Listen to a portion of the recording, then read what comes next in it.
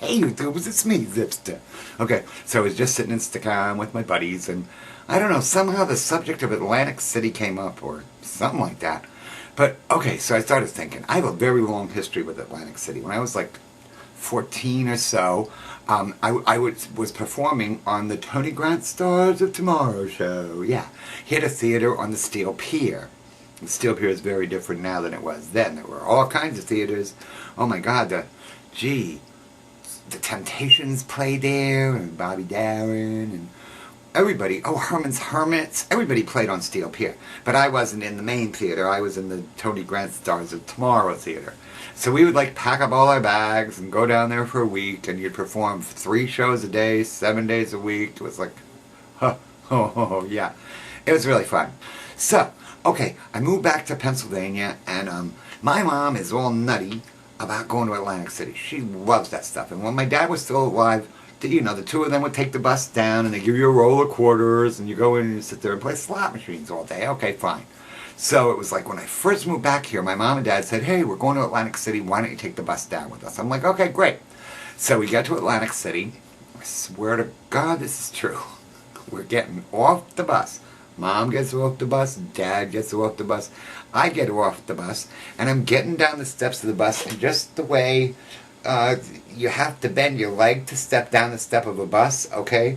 There was enough area that I didn't even land both feet in Atlantic City, and a seagull shit on my jeans, on the back of my leg. I'm like, oh, perfect. So, you know, we went somewhere and got some water, and, you know, and my mom, you know how moms are. She would have used spit if I let her, but I didn't. Okay, so fine. We got the shit off my jeans, or for the most part. I mean, no, some of it's like sunk through to my leg. I just know it did. So fine. So my mom goes into a casino, and my dad and I said, well, we're going to hang on the boardwalk for a little bit, okay? So he buys me an ice cream cone. You know, this is like, my dad buys me an ice cream cone. Meanwhile, I'm like, you know, 54 years old or something. It sounds so childish. But I'm like all happy with my ice cream cone, and I'm holding it like this, and we're walking down the boardwalk. And all of a sudden, I get hit in the side of the head. I just feel something whack me. And it was a seagull. They fly right up and he took the whole ice cream right out of my cone. I couldn't even believe it. So, okay, yeah, great. Okay, so fine. That's my first experience in Atlantic City.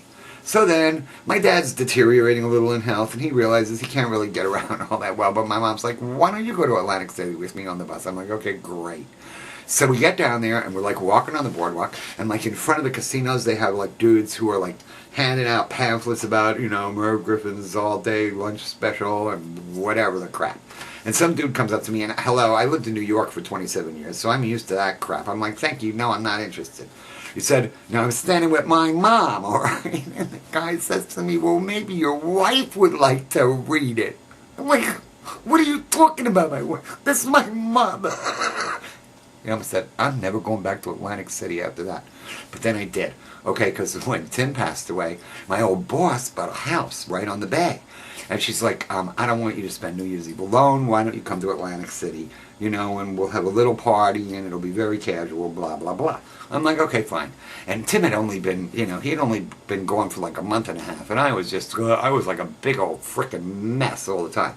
But I had a very nice time at our little get-together. We got together with some other people and had lobster and blah, blah, blah. So at like 2 o'clock in the morning, I thought, I'm going to walk up to the casinos, because she only lived like 6 blocks away from Harrah's or whatever those things are called. So I walk up there. Now it's like 3 o'clock in the morning on New Year's Eve.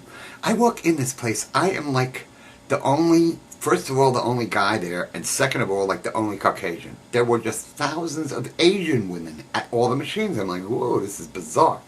But meanwhile, I'm thinking, well, you know, I just went through this really tough time, so my luck's probably going to be really good tonight, you know. Within like 20 minutes, I had thrown away $70 in a slot machine. I'm like, I can't even believe this. And I brought 100 with me. That's like, give up while you're behind. I walked out of that place and had to walk the 6 blocks home. I swear to God, I was crying like a baby. It's like, nobody loves me. Everything's against me. I can't believe I just lost $70. And there are people walking by, because Atlantic City, it doesn't matter what time of the day or night it is, it's a busy place. And there are like people walking by me, like looking at me like, wow, he had a really bad New Year's Eve. Anyway, I ain't going back there no more. Okay, just wanted to share. I'll talk to you later. Thank you.